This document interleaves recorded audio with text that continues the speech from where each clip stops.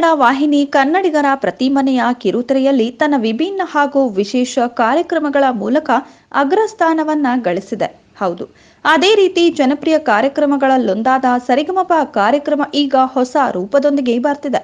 ಇಡೀ ಕರ್ನಾಟಕವೇ ಮೆಚ್ಚಿಕೊಂಡಿರುವ ಸರಿಗಮಪ little champ season 16 ಈಗ ಸಂಗೀತದ ಹೊಸ ಅಲೆಗಳೊಂದಿಗೆ ಮತ್ತೊಮ್ಮೆ ಇಡೀ ಕರ್ನಾಟಕದ ಪ್ರೇಕ್ಷಕರನ್ನ ತಮ್ಮ ಬಾಲ್ಯಕ್ಕೆ ಸರ್ಕಾರಿ ಶಾಲೆಗೆ ಕರೆದುಕೊಂಡು ಹೋಗ್ತಿದೆ.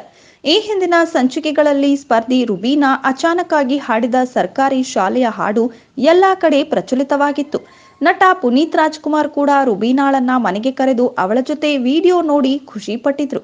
ಈಗ ಸರಿಗಮಪ ತೀರ್ಪುಗಾರರು ಕೂಡ ಆಸೆ ಪಟ್ಟಂತೆ ಈ ವಾರ ಸರಿಗಮಪ ವೇದಿಕೆಯಲ್ಲಿ ಸರ್ಕಾರಿ ಪ್ರಾಥಮಿಕ ಶಾಲಾ ದಿನಾಚರಣೆ ಆಚರಿಸಲಿದ್ದಾರೆ. ಇನ್ನು ಈ ಶಾಲಾ ದಿನಾಚರಣೆಯ ಬಹುದೊಡ್ಡ ವಿಶೇಷತೆ ಏನೆಂದ್ರೆ, ಎಲ್ಲಾ ಮಕ್ಕಳ ಜೊತೆ ಅನುಶ್ರೀ, ವಿಜಯ್ ಪ್ರಕಾಶ್, ರಾಜೇಶ್ ಕೃಷ್ಣನ್ ಹಾಗೂ ಅರ್ಜುನ್ ಜನ್ಯ ಮತ್ತೆ ತಮ್ಮ ಸ್ಕೂಲ್ ಯೂನಿಫಾರ್ಮ್ ಧರಿಸಿ ಮಕ್ಕಳಾಗಿ ವೇದಿಕೆಯನ್ನ ಅಲಂಕರಿಸಲಿದ್ದಾರೆ. ಇವೆಲ್ಲರ ಮುಖ್ಯೋಪಾಧ್ಯಾಯರಾಗಿರುವವರು ನಾದಬ್ರಹ್ಮ ಹಂಸಲೇಖ ಅವರು.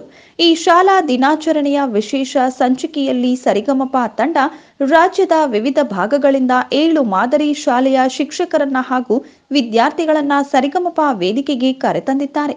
ತುಮಕೂರು ಜಿಲ್ಲೆಯ ಕಾಡಶೆಟ್ಟಿಹಳ್ಳಿ, ಶಿವಮೊಗ್ಗ ಜಿಲ್ಲೆಯ ನಾಲೂರು, ದಾವಣಗೆರೆ ಜಿಲ್ಲೆಯ ಆನಗೋಡು, ಚಾಮರಾಜನಗರ ಜಿಲ್ಲೆಯ ಹಂಗೊಳ್ಳಿ, ಬೆಳಗಾವಿ ಜಿಲ್ಲೆಯ ಭೂತರಾಮನಹಟ್ಟಿ ಅಲ್ಲದೆ ರುಬೀನಾಳ ಶಾಲೆಯಾದ ಹಾವೇರಿ ಜಿಲ್ಲೆ ಮೇವುಂಡಿಯಿಂದ ಸರ್ಕಾರಿ ಪ್ರಾಥಮಿಕ ಶಾಲೆ ಹಾಗೂ ಮೋನಮ್ಮ ಓದಿದ ರಾಯಚೂರು ಜಿಲ್ಲೆಯ ಸೋಮನಮರಡಿಯ ಸರ್ಕಾರಿ ಪ್ರೌಢಶಾಲೆಯ ಶಿಕ್ಷಕರು ಹಾಗೂ ವಿದ್ಯಾರ್ಥಿಗಳು ಸರಿಗಮಪ ವೇದಿಕೆಯಲ್ಲಿ ಉಪಸ್ಥಿತರಿರ್ತಾರೆ.